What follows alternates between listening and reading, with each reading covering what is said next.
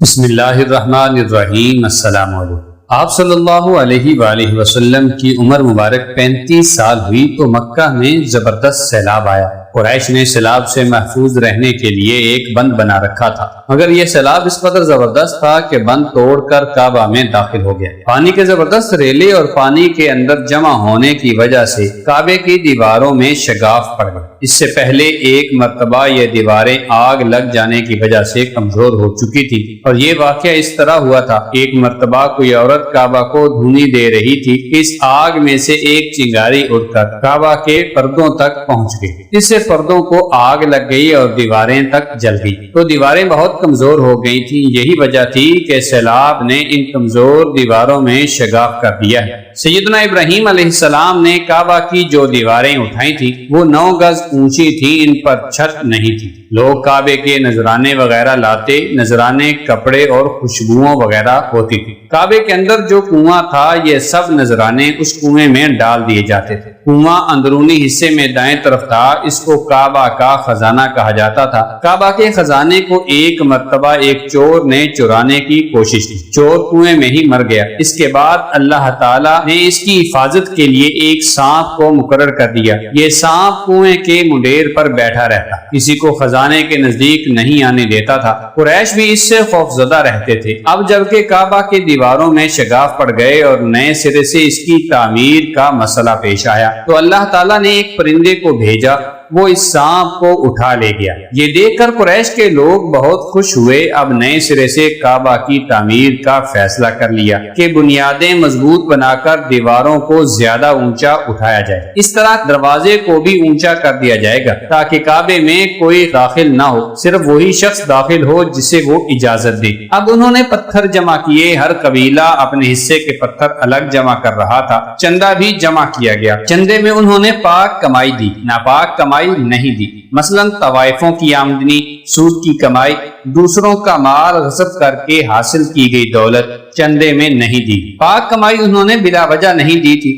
ایک خاص واقعہ پیش آیا تھا جس سے وہ اس نتیجے پر پہنچے تھے کہ اس کام میں صرف پاک کمائی لگائی جائے۔ وہ واقعہ یوں تھا کہ ایک قریشی سردار نے یہ کام شروع کرنے کے لیے ایک پتھر اٹھایا تو وہ پتھر اس کے ہاتھ سے نکل کر پھر اسی جگہ پہنچ گیا جہاں سے اسے اٹھایا گیا تھا۔ قریش حیران و پریشان ہوئے۔ آخر خود وہب کھڑا ہوا اور بولا، اے گروہ قریش، کعبہ کی بنیادوں میں سوائے پاک مال کے کوئی دوسرا مال شامل مت کرنا۔ بیت اللہ کی تعمیر میں کسی بدکار عورت کی کمائی یا زبردستی حاصل کی گئی دولت ہرگز شامل نہ کرنا۔ یہ وہب نبی کریم صلی اللہ علیہ وسلم کے والد حضرت عبداللہ کا ماموں تھا اور وہ اپنی قوم میں ایک شریف آدمی تھا۔ جب قریش کے لوگ خانہ کعبہ کی تعمیر کے لیے پتھر ڈھونڈ رہے تھے تو ان کے ساتھ نبی صلی اللہ علیہ وسلم بھی پتھر ڈھونڈنے میں شریک تھے۔ آپ پتھر اپنی گردن پر رکھ کر لا رہے تھے۔ تعمیر شروع کرنے سے پہلے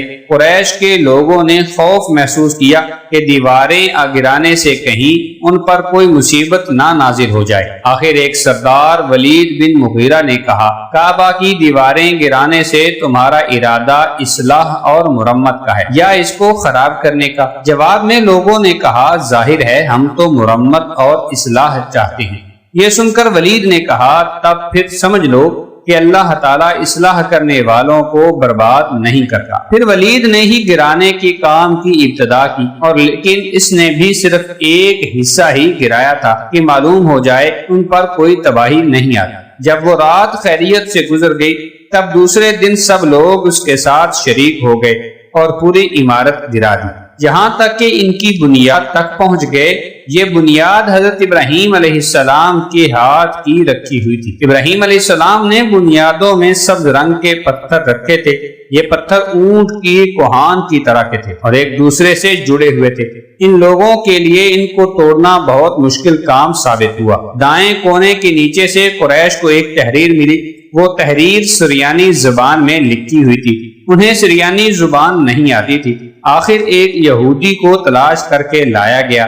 اس نے وہ تحریر پڑھ کر انہیں سنائی، جس کا خلاصہ کلام یہ ہے، اس شہر کی عظمت اس وقت تک ختم نہیں ہوگی جب تک اس کے دونوں طرف پہاڑ موجود ہیں، اور یہ شہر اپنے باشندوں کے لیے پانی دودھ کے لحاظ سے بہت بابرکت اور نفع والا ہے۔ دوسری تحریر مقام ابراہیم سے ملی، اس میں لکھا تھا کہ مکہ اللہ تعالیٰ کا محترم اور معظم شہر ہے، اس کا رزق 3 راستوں سے اس میں آتا ہے۔ جہاں 3 راستوں سے مراد قریش کے 3 تجارتی راستے ہیں، ان راستوں سے قافلے آتے جاتے تھے۔ کعبہ کی تعمیر کے سلسلے میں قریش کو پتھروں کے علاوہ لکڑی کی بھی ضرورت تھی، چھت اور دیواروں میں لکڑی کی ضرورت تھی۔ لکڑی کا مسئلہ اس طرح حل ہوا کہ ایک جہاز عرب کے ساحل سے آ کر ٹکرا گیا۔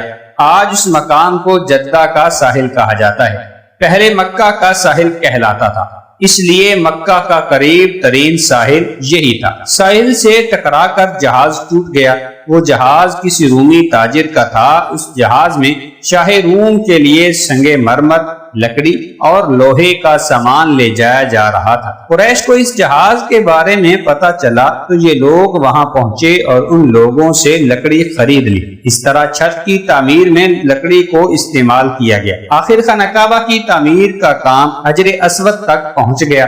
اب یہاں ایک نیا مسئلہ پیدا ہو گیا تھا۔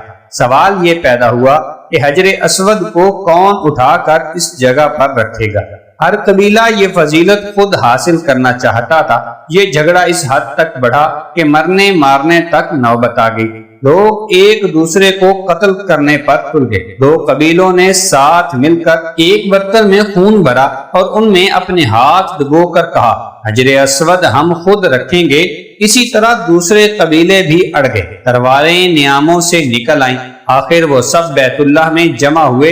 ان لوگوں میں ابو امیہ بن مغیرہ تھا، اس کا نام حذیفہ تھا۔ قریش کے پورے قبیلے میں یہ سب سے زیادہ عمر والا تھا۔ یہ ام المومنین سیدہ ام سلمہ رضی اللہ تعالی عنہا کا باپ تھا۔ قریش کے انتہائی شریف لوگوں میں سے تھا۔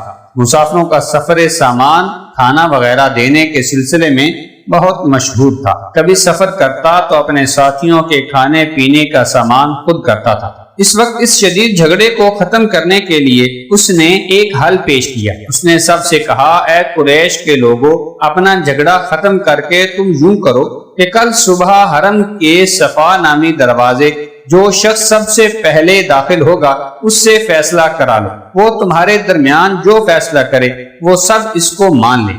یہ تجویز سب نے مان لی۔ آج اس دروازے کو باب السلام کہا جاتا ہے۔ یہ دروازہ رکن یمانی حجر اسود والے حصے کے سامنے ہے۔ اللہ کی قدرت کہ اس دروازے سے سب سے پہلے حضور صلی اللہ علیہ وسلم تشریف لائے۔ قریش نے جیسے ہی آپ کو دیکھا پکار اٹھے، یہ تو امین ہے، یہ تو محمد ہے، ہم ان پر راضی ہیں۔ اور ان کے ایسا کہنے کی وجہ یہ تھی کہ قریش نے آپس کے جھگڑوں کے فیصلوں آپ ہی سے کرایا کرتے تھے۔ آپ کسی کی بے جا حمایت نہیں کرتے تھے، نہ بلا وجہ کسی کی مخالفت کرتے تھے۔ پھر ان لوگوں نے اپنے جھگڑوں کی تفصیل آپ کو سنائی۔ تفصیل سن کر آپ نے فرمایا، ایک چادر لے آؤ۔ وہ لوگ چادر لے آئے۔ آپ نے اس چادر کو بچھایا اور اپنے دستے مبارک سے حجر اسود کو اٹھا کر اس چادر میں رکھ دیا۔ اس کے بعد آپ نے ارشاد فرمایا کہ ہر قبیلے کے لوگ اس چادر کا کنارہ پکڑ لیں، پھر سب مل کر ان کو اٹھائیں۔ انہوں نے ایسا ہی کیا، چادر کو اٹھائے ہوئے اس مقام تک آ گئے جہاں حجر اسود کو رکھنا تھا۔ اس کے بعد نبی صلی اللہ علیہ وسلم نے حجر اسود کو اٹھا کر اس کی جگہ رکھنا چاہا، لیکن اس وقت ایک نجدی شخص آگے بڑھا اور تیز آواز میں بولا، بڑے تعجب کی بات ہے کہ آپ لوگوں نے ایک کم عمر نوجوان کو اپنا رہنما بنا لیا، اس کی عزت افزائی میں لگ گئے ہو۔ یاد رکھو یہ شخص سب کو گروہوں میں تقسیم کر دے گا، لوگوں کو پارا پارا کر دے گا۔ قریب تھا کہ لوگوں میں اس کی باتوں کے باعث ایک بار پھر جھگڑا ہو جائے۔ خود ہی انہوں نے محسوس کیا کہ حضور صلی اللہ علیہ وسلم نے جو فیصلہ کیا ہے لڑانے والا نہیں، لڑائی ختم کرنے والا ہے۔ چنانچہ حجر اسود کو نبی صلی اللہ علیہ وسلم نے اپنے مبارک ہاتھوں سے اس جگہ پر رکھ دیا۔ مورخین نے لکھا ہے کہ یہ شخص دراصل ابلیس تھا جو اس موقع پر انسانی شکل میں آیا تھا۔ کعبہ کی تعمیر مکمل ہو گئی۔ قریش نے اپنے بتوں کو پھر سے اس میں سجا دیا۔ کعبہ کی یہ تعمیر جو قریش نے کی تھی چوتھی تعمیر تھی۔ سب سے پہلے کعبے کو فرشتوں نے بنایا تھا۔ پھر حضرت آدم علیہ السلام نے خانہ کعبہ کی تعمیر شروع کی۔ اس کے بعد حضرت ابراہیم علیہ السلام نے خانہ کعبہ کی تعمیر کی۔ اس طرح قریش کے ہاتھوں یہ تعمیر چوتھی بار تھی۔ اس امید کے ساتھ آپ کو یہ ویڈیو ضرور پسند آئی ہوگی۔ ملتے ہیں ایک نئے دلچسپ معلوماتی ویڈیو کے ساتھ۔ دیکھتے رہیے نالج پیڈیا یوٹیوب چینل۔ اللہ تعالی ہم سب کا حامی و ناصر ہے۔